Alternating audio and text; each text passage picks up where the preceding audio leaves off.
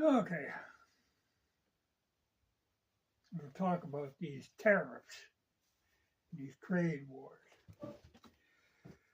We'll say, okay, first, back in the days when I had wooden sailing ships, the warships, they had ports in the sides, and they would roll the cannons out and then fire. And the cannons were held in place by either ropes or chains. And in the middle of a battle, these could break, and you could get a loose cannon, which would go careening around the decks, smashing and just raising all kinds of havoc. They were very hard to get under control once they got loose and caused a lot of damage. You could actually sink a ship just by having a cannon flopping around in there. Big heavy thing rolling.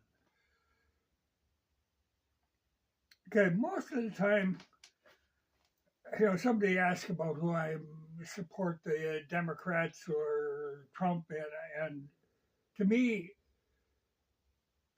I think of the Democrats are just a cult, a horrible, murderous cult. But you see that. I mean, they all are in lockstep all the time. They've got talking points. They stick with these talking points. It's really ridiculous. They can't think for themselves whatsoever.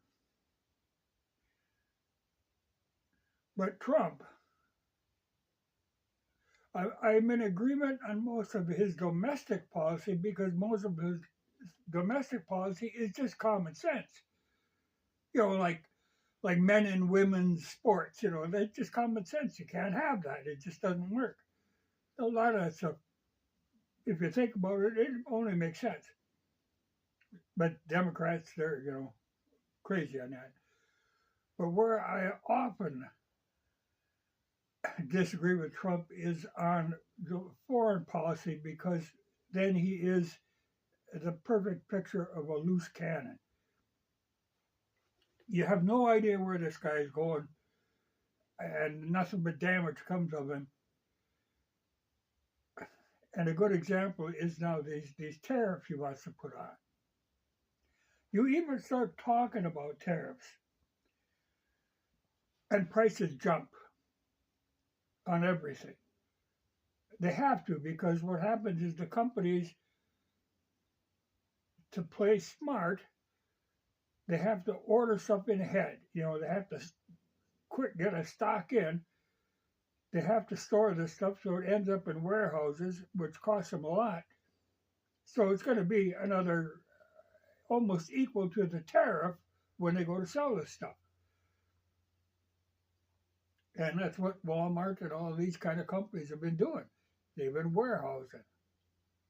In fact, I have been warehousing. I quick bought a bunch of, I think I've got 4 spare coils for the M37, the ignition coil, just because they're not made here. Some of them come out of Mexico. I don't know if there could be a tariff on them. And that's the thing. Like now, okay, we're going to have tariffs. I honestly have no idea where that stands at the moment because, yep, they're going to do it. Oh, then they put it off. Oh, then they're going to do it. Oh, then they put it off. You've got poor Justin in tears up there. And one of them nuts in Canada was talking about they want to get nukes and point them at us because we're being aggressive. Just crazy. And the whole thing, but it's a fentanyl, it's a fentanyl. Well, there's 2 sides to a border. If we don't protect our side, you can't hardly expect them to do any better on their side. It's not something you can pin on them. And as far as this fentanyl, then we're trying to blame China. We're going to put tariffs on China, and it's just crazy stuff. It worries me in China because now I heard that Hegseth say, oh, now we're ready to go to war with China. Well, damn, just when you think, you hope that they're trying to make some sense of this thing in Ukraine, then no, that was just we got to drop that because we got to get tied up in China, and we'll let the Europeans deal with Ukraine. And at the same time, we're still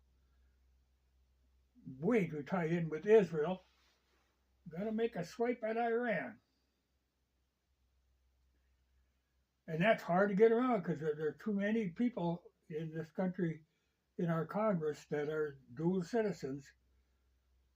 You know, when Trump wants to make his new Riviera in Gaza, yeah, them Congress people, they'll line up to buy lots for summer homes on the beach. No, it's a useless fact, a whole bunch. But this tariff thing, the only person it hurts is the end customer. The government comes out great on this because they get that extra 25% for doing nothing. But we get this 25% tax on stuff. You know, and a tariff is a poor way. Like, it's to bring companies back into this country.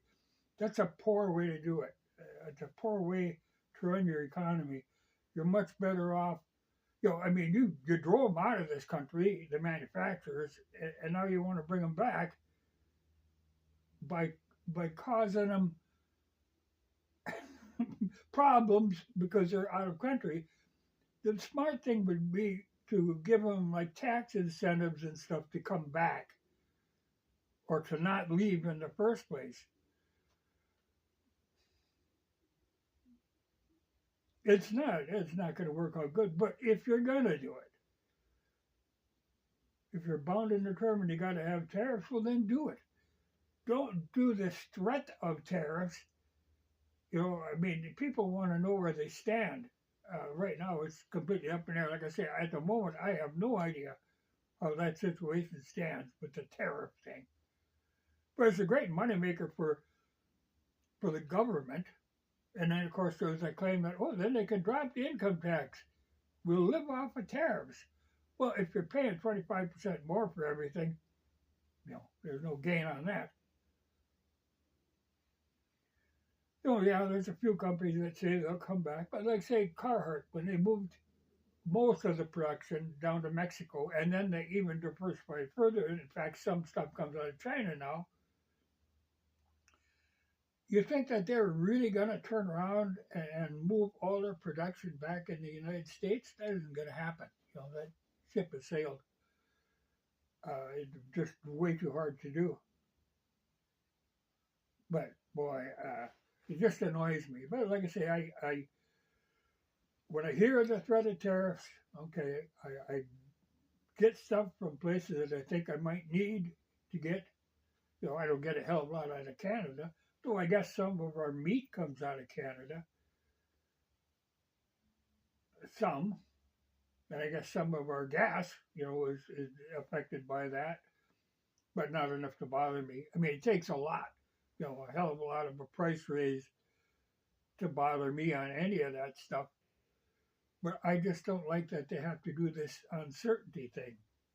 Because I think the ones that are really going to get hit are, well, it's like the Walmart and the people who shop at Walmart. They're going to get hit bad. You can pretty much bet for the normal person, everything is going to go up 25%. They have to do that to be on the safe side. I mean, it's only, and prices are high anyway. Been creeping up, well, kind of going in leaps and bounds, but there's going to be just a wham, smack you with 25% extra. It's a poor way to run your economy. You know, the idea should be to try to get a free trade thing going. No, we can't have that. But it's the uncertainty that is going to really get to people. But like I say, I know these companies have been warehousing stuff. But it's not like that's going to stay at that same price. It has to be sold at least the price that it's going to cost them to replace the stuff, because they have to be able to pay for that fee of warehousing it.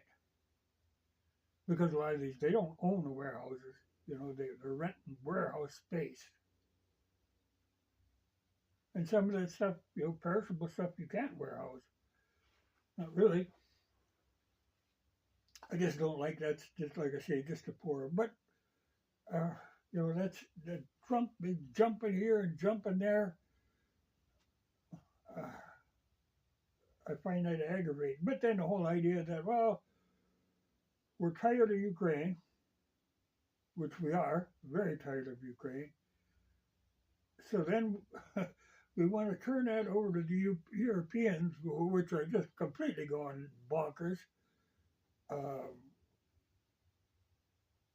and then we want to take on China.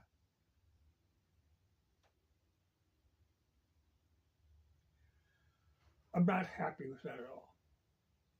But there isn't much that they do that I am happy with. You know, once in a while, like I say, on his domestic policy, I'm all right with, but damn, foreign policy, he is a loose cannon. It's a dangerous, dangerous way to be. Oh well.